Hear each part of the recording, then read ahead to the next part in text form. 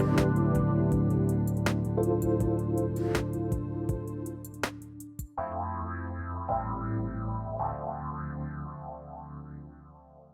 everybody, and welcome. Come on in, come next to the fire. I've got a fire for you. I'm in southeast England, and it's a wintry night. There's a scattering of snow on the ground, not enough for the kids to be happy about, but there we go. So yes, do come in. I want to tell you a couple of stories this evening in the good old-fashioned way, in the ancient art of storytelling. And these stories I want to tell you, you'll take what you need from them. I know last week I've had contact with somebody who got in touch with me and said that we were talking last week about a grieving process, and this lady actually hadn't had a loss in terms of a bereavement, but she had a physical reaction to what we were saying, and so much of what we were saying she could relate to. So you don't need to have had a bereavement to get the most out of these programs. So yeah, my week last week, I was so tired last week after the show, and then for a couple of days I literally had an energy crash, which I don't have very often, and I wondered why I'd had it. And I sat down with my tarot cards and my oracle cards that I use to try and sort of get an idea of what the next show is going to be about. And I got her. So I'll tell you what I got, and then I'll tell you the story, and then you can see where it's going. So I got that it was an in-between time. So in-between time means to me that it's like a pausing time where you've kind of finished one project, or you've had a revelation, or you've had some kind of trauma that you've kind of processed to a certain degree, and then you have this sort of break. Now, my in-between times are either, or in the past have been exhaustion, because I've been searching for Christian, or I've been trying to really fight to get something done, and it always ends in tears and exhaustion. The other time I have these kind of in-between times are when, as I say, I've sort of finished one thing and there's something on the horizon, but I'm not quite ready for it yet. So last week was very much a time of regaining my energy and also doing some reflection. I mean, we had last week those 3 cards from the Earth Magic series, which were all about reflection, completion, and breathing, being out in nature. So I took that advice last week. So yeah, this sort of in-betweeny time, but also when you have that kind of peace where nothing seems to be happening in life. I mean, it's almost like a lull. In fact, COVID and all these lockdowns, it's very much that, isn't it? We've kind of got used to this sort of stillness, and we're all hiatus, I'm getting the word, just like we're all on a pause, and very elongated pause, and we know there's good stuff coming, but we're processing what's happened, and also trying to cope with what's going on at the moment for us in our lives. For me particularly, that's like homeschooling as well, which is also adding to the exhaustion. But there's always that something new on the horizon. There's a glimpse of something that we can't quite see, but we know there's a lot of potential there. So I don't know if that's speaking to a lot of people at the moment. So I wanted to get a bit more into these in-between times, because we all have them, and it's a sort of cycle that we have, and how to make use of that in-between time when you can get so frustrated. You have to have patience. So you can get frustrated, you can get angry, why I'm doing everything that I possibly can be to make something work. Why is it not working? And the story I'm going to tell you has aspects of that for me in it.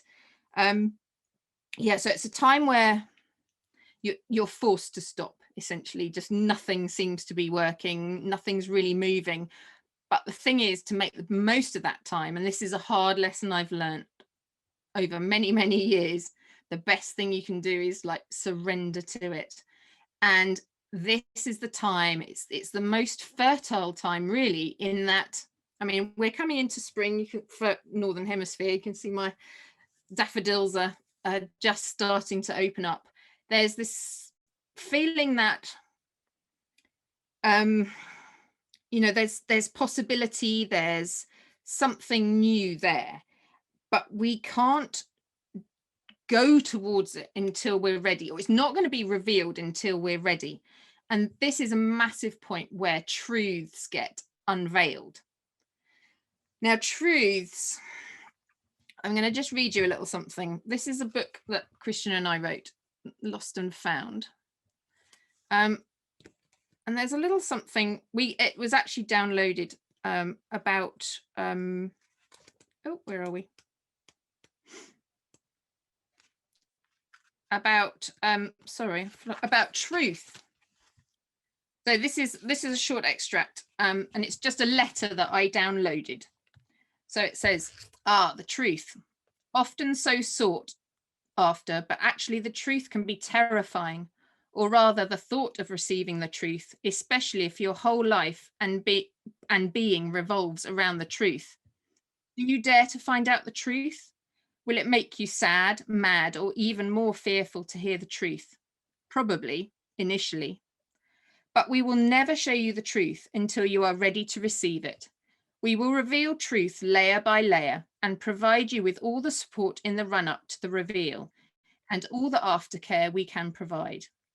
All you have to be is open to our guidance, support, and care.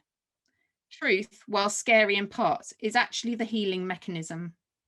Truth is honest, no deceit or denial. It is clarity, it is reality. Once you know the truth, you know what you face. You know your enemy, you know your foe. You have all the answers you need to reflect and act. The reflection is very important. You need to learn how to breathe properly too.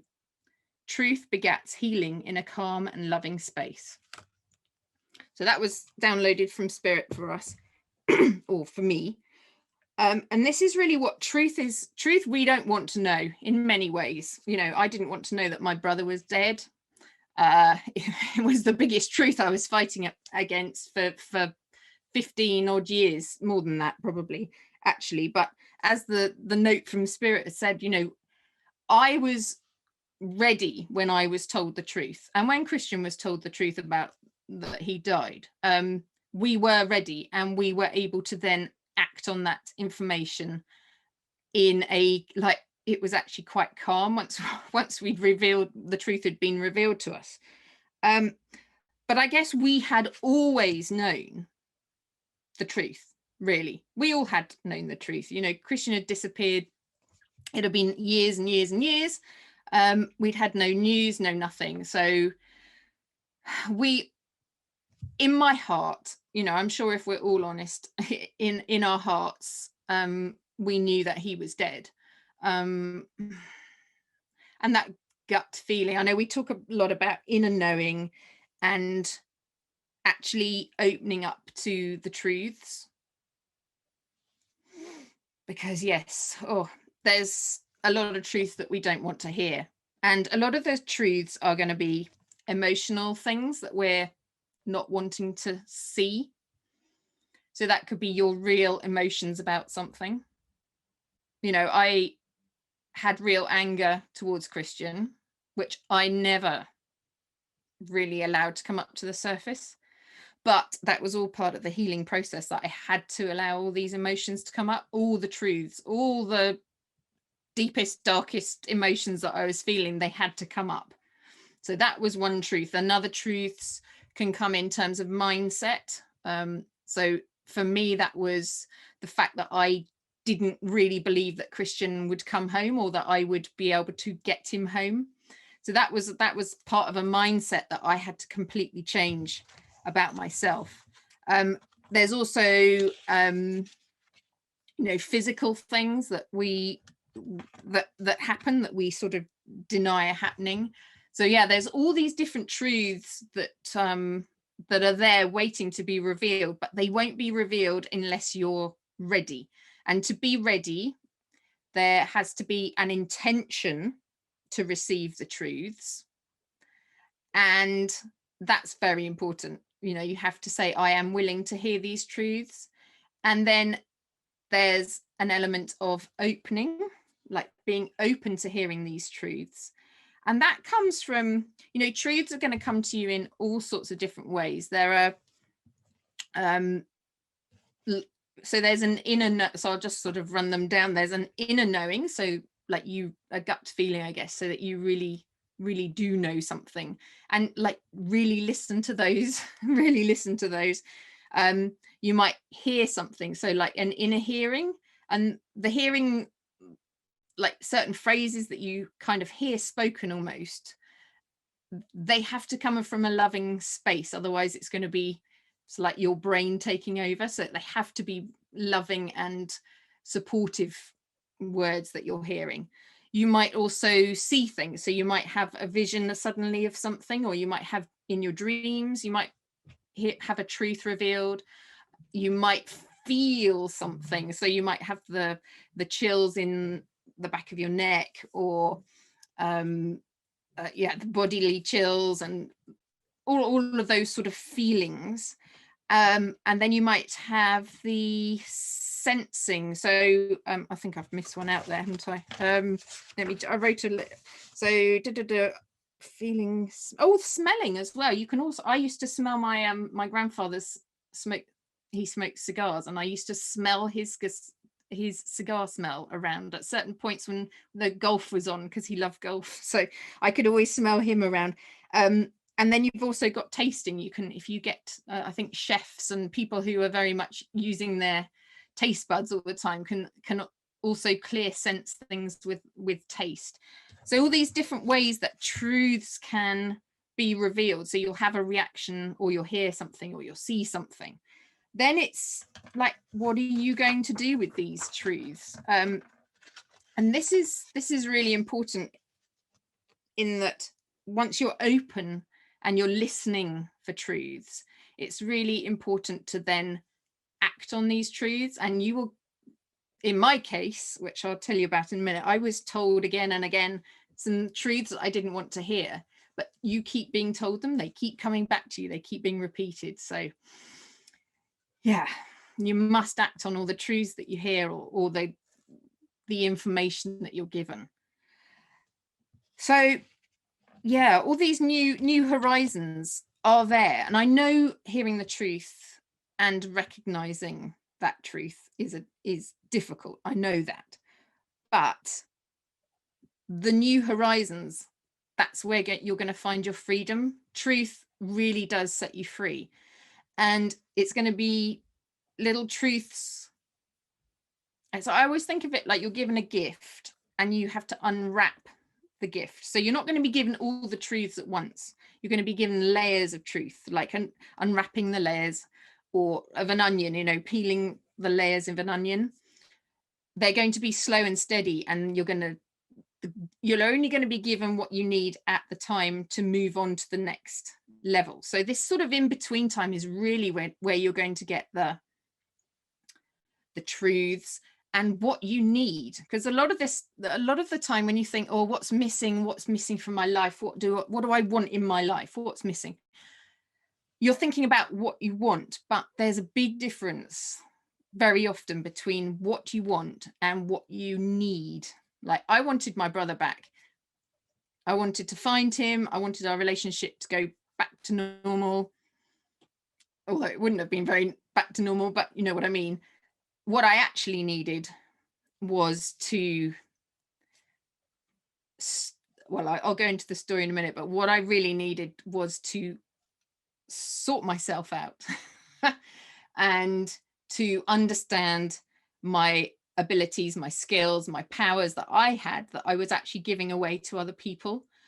And if we'd found Christian early on, we wouldn't have had any of this growth, this transformation, this story to tell others, to inspire others and empower others. So I completely understand why we had an awful lot of in-between time, because there was so much to this story and the purpose of Christian going missing and what we were going to do with it. So if you're in a similar position to myself, maybe something has happened to you, something life-changing has happened to you, and you're also thinking about, what can I actually do with my experience? Like, there's a whole second mountain that I've had to climb, from finding Christian and sorting out our relationship, and then using what's happened to actually help others.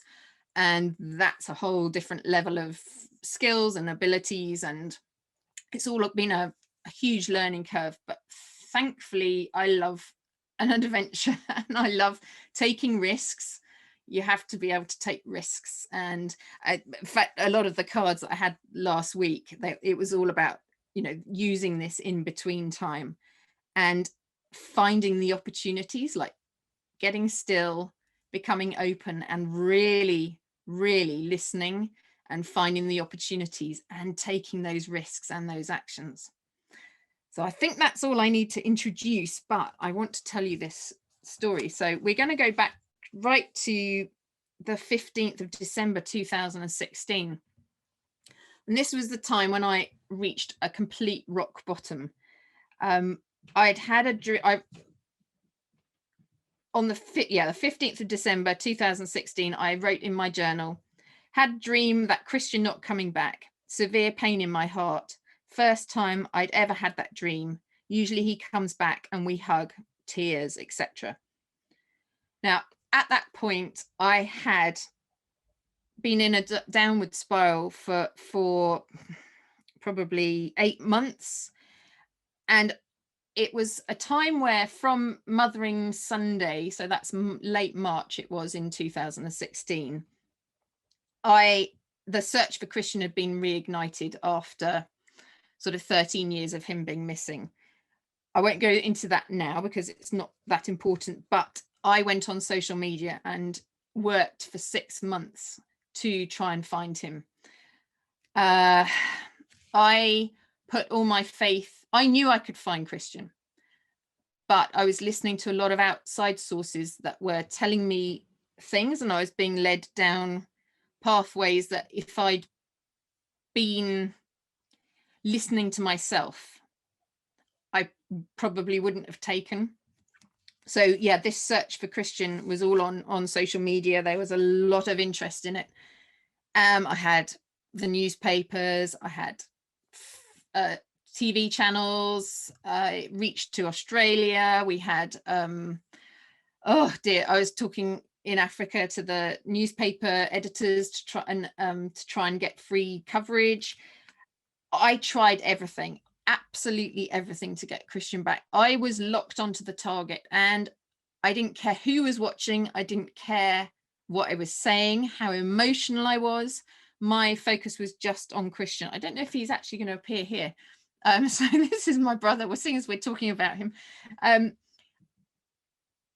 It was all consuming. My poor family, we fell out an awful lot during the 6 months, it was really 8 months, an awful lot, about what I was doing, but I was not going to listen to anybody. I was going to find him. But yeah, I got to the point where I'd hit every single brick wall. There was nothing I could do. So this was it was almost like I was re-traumatizing myself. It was almost like the second time that I'd lost him, because he wasn't coming forward. And I was fully sure that he was still alive at this point. So it was like, why aren't you coming forward, Christian? Where there were sightings and there were all sorts of things that went on. And I wrote in my diary, not got the drive left to carry on searching. If he wants to be found, Christian will have to come forward on his own accord. End of. I was like deadly upset and deadly angry again with him. And I was so angry, really, because I had unmet expectations. I'd expected the social media search to work. I'd expected Chris to come forward. I'd wanted to be the one to find him when all the other searches had failed. And I expected our sort of childhood bond to work miracles. And, it's like, no wonder I was angry. I was angry with myself. Well, was I angry with myself? I think I was angry with myself for allowing myself to get so drawn into it. And it was really frustration speaking, and it was disappointment speaking, really. Yeah, I sort of definitely hit the wall. And I wrote on our we had a Facebook page, which was our community around the search. And I wrote this piece. If you want to come to finderoflostthingspodcast.com, I'll put up the pieces that I wrote and all the references that I use in these shows. I'll put show notes up so you can read the whole thing if you're interested. But yeah, I wrote this really raw, honest, and it's like painful to read in some ways now, even still, about how I was feeling. And I just hit that in between stage, which I think we can probably, I'm sure it's now you're thinking about, oh yeah, there was a stage where I was like that. But there were several things that I had started to do, which were really helpful. So I was starting to show gratitude for what I did actually have. So rather than concentrating on what I didn't have, which was Christian still, I had a great group of friends around me. I had my my kids, my husband. I was very grateful for where I was, which I hadn't really thought about before, but I had started to learn these things, and I was like, I have to be grateful for what I do have. And it was almost like at one point I did actually think I was possibly going mad. So I really had to ground myself and really take control. It was like I had to do something for myself, otherwise this was not going to end prettily. So yeah, I'd started showing gratitude for everything, and I'd started my meditation and yoga practice as well. I'd also started journaling, and I think I discovered tarot by then as well, which I'll talk about probably those things that really helped me in another show. But I was also living in the now. Like, I was not concentrating on the past. I'd like had enough of everything. So I completely shut out the past, and I wasn't even looking at the future. I had to completely and utterly focus on like what was happening right in front of me, absolutely right in front of me. And a lot of that was I was exhausted, and I had to surrender, literally had to surrender.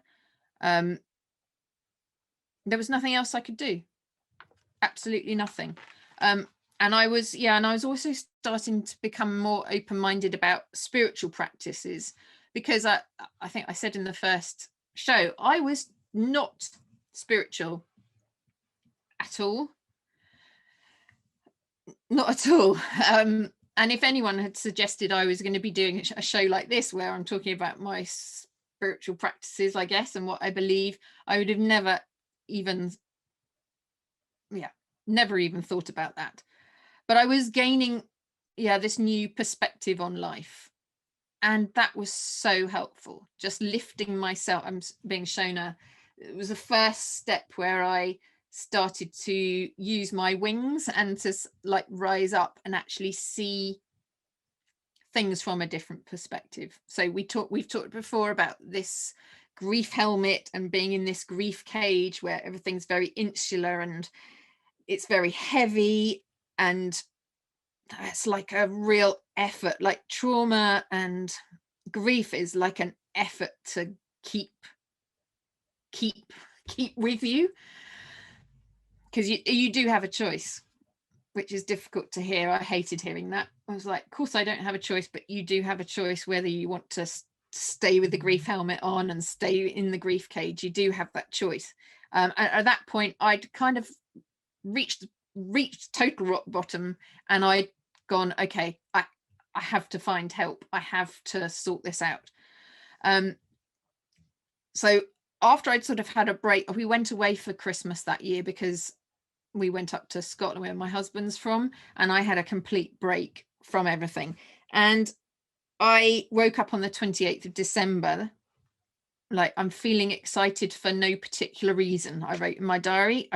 I felt like I was like alive. I was buzzing again. And it's almost like I'd shed this skin and I'd rested over Christmas and I was like ready again for action. So it was almost like that in-betweeny time there. And then I started to look out for signs, because I knew, like, if I was feeling a bit better, I need to open up and look for signs. So there were three things that I saw. I read an amazing article by BJ Miller in the New York Times, which was this is the thought that was triggered in me, was that I have to use my experiences to inspire others, to talk on others' behalf, almost like when you've been on the brink of stuff, it does give you an authority, so people can see you've suffered, and then if you can come out of it, they're kind of like, oh, okay, how did she do it? Or so that was in my mind. And I also read there's this guy called John Morrow, and he wrote about being unstoppable, and he talked about taking the punch, accepting it, and then counter punching. And I thought for a long time about, I was reflecting on what could my counter punch to this situation be. And then also I found a quote from Neil Gaiman. He made a speech about make good art, and in it he says, the moment that you feel that just possibly you're walking down the street naked, exposing too much of your heart and your mind and what exists on the inside, showing too much of yourself, that's the moment you may be starting to get it right. Anyway, look, I read these articles, it was over a couple of days, and every time I read something, my body started to get the chills.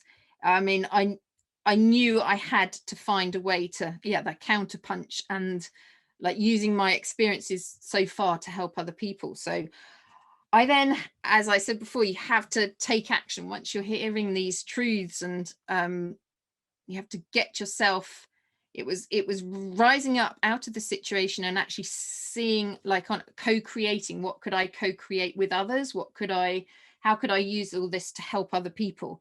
And I sat down and I actually wrote to Missing People charity, and I asked them if I could write them some articles, which they did. And all this was in between time. This was just times when I was looking for something to I knew there was a purpose. I knew, and it was all about building myself up and making connections with other people, and really just doing what I loved. And what I really loved that I'd forgotten, and had kind of been something which, since having a family and children, and I'd really let go of. But that was writing. Like, I've been a writer for a long time, and it's how I express myself. It was my career, and it still is my career, I guess. But writing and meeting people, and being a journalist, finding the interesting stories. So after writing a few things for Missing People, the charity in the UK, I then started up. I thought, oh, I'm going to go and write about nature, because I started writing a blog called Nature. What was it called? Oh, Nurture by Nature. And the tagline was connect, explore, flourish, disperse. So I was using so for me, nature at that point was my nurturing. So I would always go out into nature, and I really used nature during my in-between time massively. And I started to write this blog about how nature was helping me with my sort of mental health, and also finding other stories from other people. And I met this man called Steve Homewood, who was just down the road from me. And I got in touch with him about going on a nature walk with him, in very close to where I live, but not somewhere I'd been. And he was a bit wary at first, because he doesn't normally take other people out with him when he goes for his nature walks, but he writes very passionately and takes beautiful photographs. But anyway, I said to him, could I come along? And he knew about my story with Christian. So I'm just going to tell you what happened, and there's some beautiful things in it. So I met Steve, and he immediately started to tell me this story. Well, I'm just going to tell you what I wrote in the blog, which you can read if you want to. So this was Steve talking about his grandfather. In the war, Granddad was in the RAF and his plane crashed into the jungle in Africa. He thought he was doomed. I'm getting chills now. He's probably here. He thought he was doomed after being injured and bitten by a snake, but he was found by a tribe of pygmies. By sheer luck, Grandad was also short at 4'8", so they connected with him and looked after him. Because Grandad couldn't get back to his RAF base, he stayed with them for 2.5 years, and during that time, the jungle pygmies taught him everything they knew about living in the jungle and all about the animals and plants. When he finally came back to England, being in the jungle had been a life-changing experience for him. I was about 11 when he took me under his wing. I was only with him for about a year, but he passed on all the information he'd learnt from the pygmies so that I could understand and enjoy the countryside a bit better. I took it all on board and have carried his lessons in my head for the past 50 years. I wasn't sure that people would believe Grandad's story, but now suddenly seems the right time to start passing his knowledge on to others, especially youngsters, as nature's had such a positive impact on my life. So I'd never met the guy, and this was the story he told me. And I had my son, Cameron, who was 8 years old at the time, with me because he wanted to come along. And Cameron was just like wide-eyed listening to this story about this jungle. And anyway, so Steve wanted to pass on his grandfather's lessons that he had told him. His grandfather was called Harold Victor Mason, and he was nicknamed Billy. Rudyard Kipling actually nicknamed him Billy. Yeah, there's another story there, but I won't go down there. But Steve's grandfather had passed on three important things, and I want to pass them on to you because they are so important. And we were talking about the listening and being open and listening for the truths. So the 3 things that Steve passed on to us was: noise shouldn't come from you, it should come to you. Don't just hear things, really listen. Don't just look at things, see them and understand what's going on. And we'd started our walk actually in the early evening, and Steve's grandfather had always called the evening and the early morning as the magic hours. And it's really when the wind usually drops and the animals come out. And he said, you mustn't make any noise louder than a whisper, otherwise you'll break the spell and scare all the animals away. So the last bit of that story, in terms of the grandfather being in Africa. So I said to Steve at the end of the day, do you know about my brother? Because I hadn't even mentioned to it. And he said, yeah, I was so touched to hear about your brother when I read about him, especially after my granddad was gone for so long. He did come back, Hannah, as he was having a fine old time, and he just couldn't phone anyone or just walk out of the jungle. The Congo was a mad old place. He was there for the best part of 3 years, and his mother and wife had no way of knowing where he was, but he reappeared. So live in hope, Hannah. And that's what, I don't know where that's coming from, but that's where, so that was a gift that was given to me, like a truth that was given to me. Christian was still alive, in spirit, obviously, as we know now, but I was going to find him, and I was given that by Steve as a little gift for I'd been listening and I'd reacted to what I was being told about, meeting other people and getting stories of people and having that being in nature. And if I've got time, I just want to share something which actually is happening now.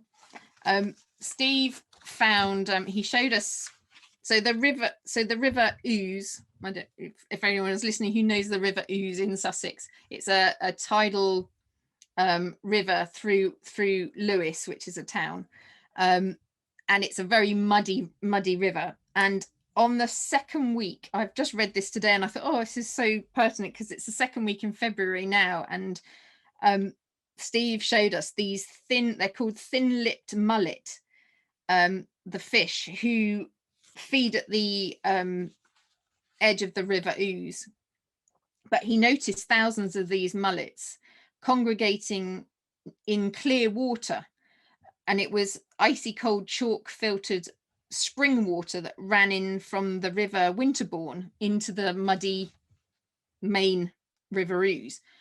And he put his camera down into the water to have a look at these thousands of mullets, and they were all injured in some way. So they'd either been bitten by seals, they were covered in fungal infections, or they had lampreys hitching a lift on them.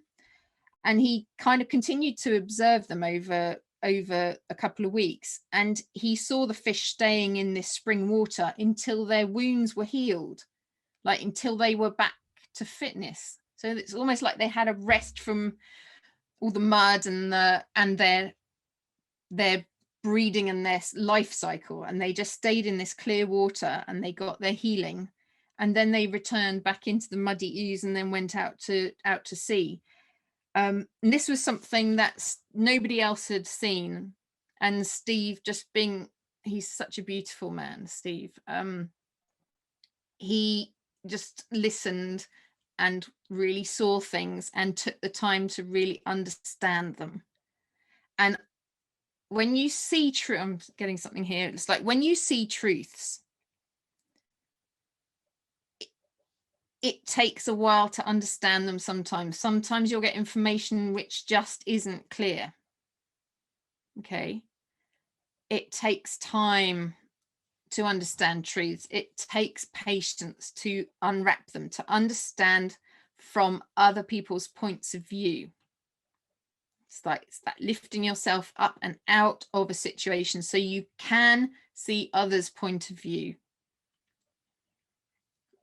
And you can also see the things that aren't true that you thought were true.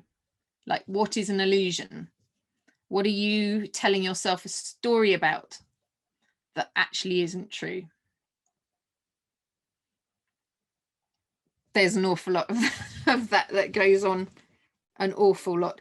Understanding and clarity is what comes out of truth. And truth really does set you free. It really does. There's something coming in at the moment. What else is coming in? It's very strong.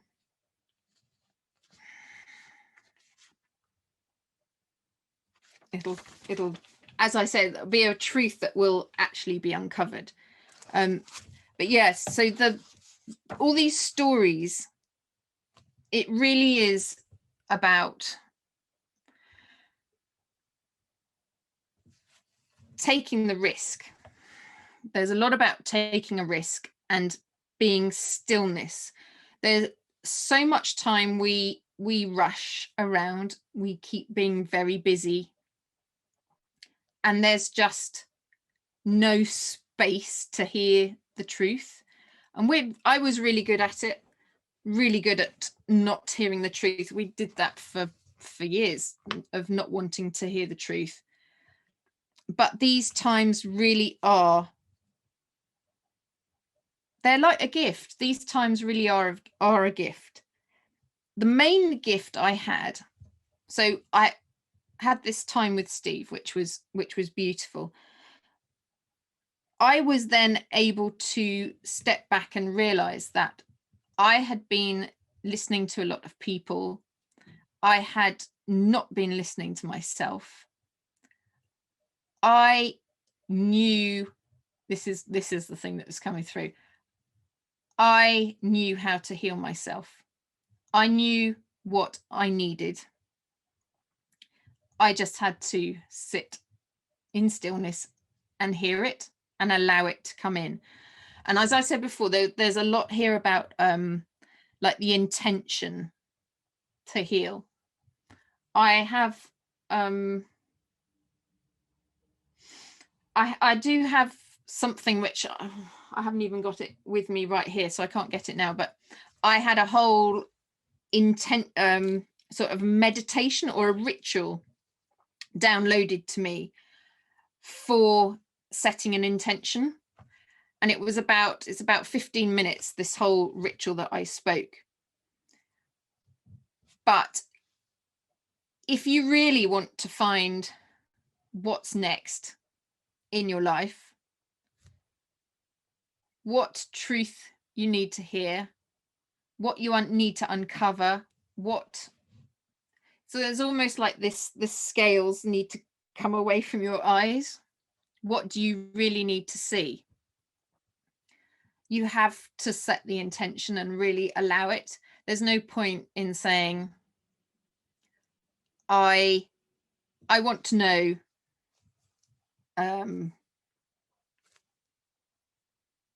whatever it is you want to know, whatever you want to find, whatever you feel you're missing. There's no point in just saying it sort of flippantly. Like, you really have to mean it. It has to be coming from the heart, and it has to be a real, like, all enveloping need to know, or need to,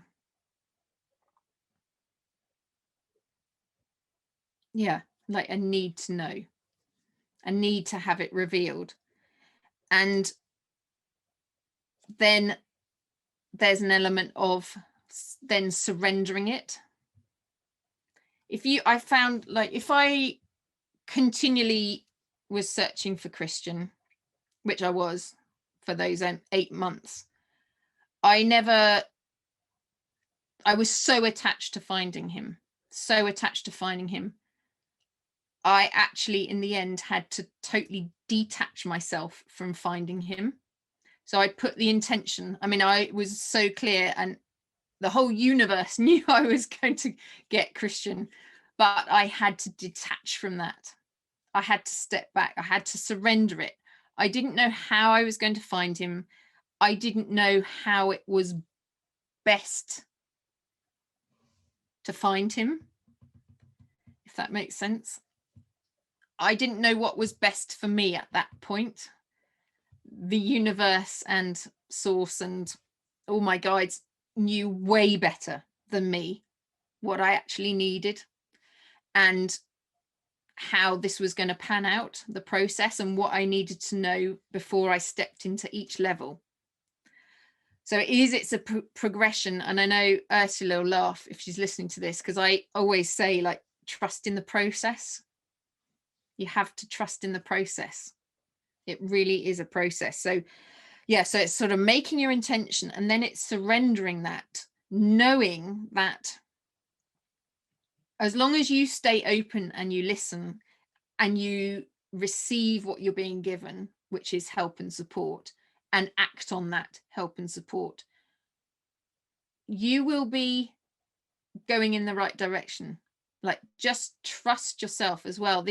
When we were talking about how you receive, so whether you're hearing something, whether you're seeing something, or you're feeling something, like, really do trust those things that you're receiving. And once you have detached from the end result, that's like when the magic can start to happen.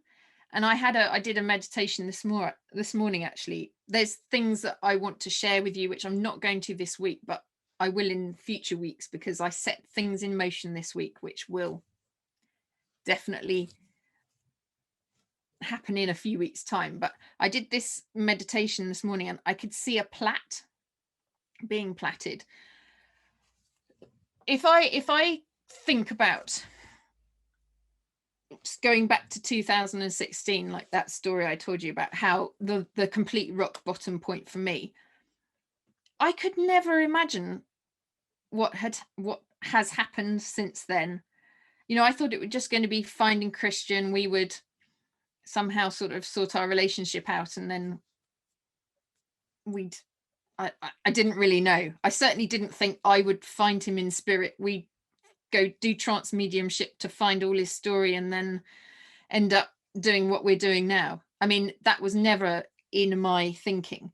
So even what you think that you want to happen, you have to detach from that. so that what actually is going to happen can come in. Like, because if you're so fixed on an idea, you never allow the possibility of the impossible things happening. Just imagine, like, if you're listening to this and you're wanting to find your missing pieces, whatever those things are, whatever they might be, and you're thinking, right, if I found everything, I would be able to do this. Like, you would set your intention. This is what I'm going to do. I'm going to find all my missing pieces, and this is what I'm going to do once I'm fully whole. This is what I'll be able to do. Setting that intention is fine, and that's all you can do at that point. And that's the other point, actually, isn't it? It's when you're in the in-between time, you're always in the right place. Even when you look back, like I look back now at everything that's happened, and I think there can be some self-blame there, is that, why didn't I do this? Why didn't I do that? Why did it take so long? Why did I listen to other people when I should have been listening to myself? All of those things are completely irrelevant, really, because you just need to know that you were in the right place at the right time. Everything happens in the right time. The right people will come into your life when you need them. They might trigger you. You might rub up badly against them. That's a truth to be reflected upon. You know, you're always going to meet the right people for you at the right time. And as that note in our book said, you know, you'll meet the right people, and it'll be just what you need at the time. You'll be given. And the other thing is, so if we're going from in between moment, so if you go from some sort of drama or some sort of trauma or something happen, you have a lull of the in between where you reflect and you grow and you expand yourself, and then you're ready for the next step. So then something else happens, something big happens, some drama or some trauma or some sort of big result. Like, you will always be given the support group to help you move on up. And once you're up there, or you've moved, or you've expanded, or you've grown somehow, there will be this time where you have to start integrating things. It's like getting your new wings for the first time. Or what's another example? Suddenly being given a bigger job, something like that. You then have to get used to the new. We were talking about with Ursula last week about the newness of her like not having the grief cage and the grief helmet around her any longer, and that lightness, and getting used to that feeling of lightness. It's definitely it's not an in-between stage, because this is when something happens, you react. So when you have a drama or a trauma or something event happening, you react, don't you? So you're either going to fight, you're going to flee, you're going to freeze, or just grow it. Now I would just sort of take it in my stride and just flow with it, because that's what you need to do. You know, you're being challenged, you're being tested, and just trust. It's like, just trust what you're being asked to do. If you have something big happening, you are ready to do it. It's like starting to do these podcasts. I know I'm ready to do them, but there's still that every time I come on air, there's a sort of few minutes of, oh, am I actually ready to do this? You are ready to do it. When things come up for you and opportunities come up for you, take them. Do take risks, do take the opportunities, and you will find your way. Okay, you are ready to do these things. So just keep being open, keep hearing those truths, keep reflecting, and keep flowing. I'm going to read you another little thing. I hope we've got time. Also from this Lost and Found book, and this was the last letter I was given, which is all about flow. And like these in between times, you might feel an element of frustration, you might feel an element of anger about things not happening as you want them to happen, but you really do need to flow with what's happening. It's like the more you fight and the more you try and swim against things happening, which I used to do all the time, it's just exhausting. It doesn't work, because when you're being challenged, or you've got something new happening for you, it's like you have to just flow through it and come out the other side, and you either release things that you no longer need, or you just learn from your mistakes, and you learn and take all the good stuff that you did learn forward with you. So this is a real process of just really growth and expansion. That's all the in between stages are really, that's all it's really about.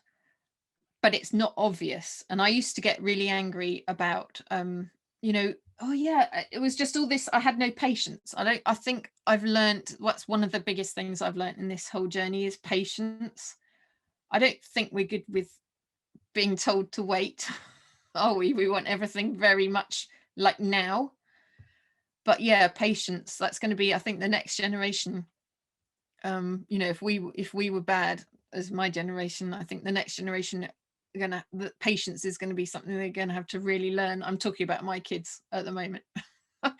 But that patience and that taking, I mean, it might be very boring. A lot of this in between stage work is actually boring, because it's almost like plodding along, for goodness sake, when is something going to happen? But you just keep taking those small little steps, and eventually things will start to happen. But I'm just going to read you this flow. So ease, grace, style, and sass. That's how to flow.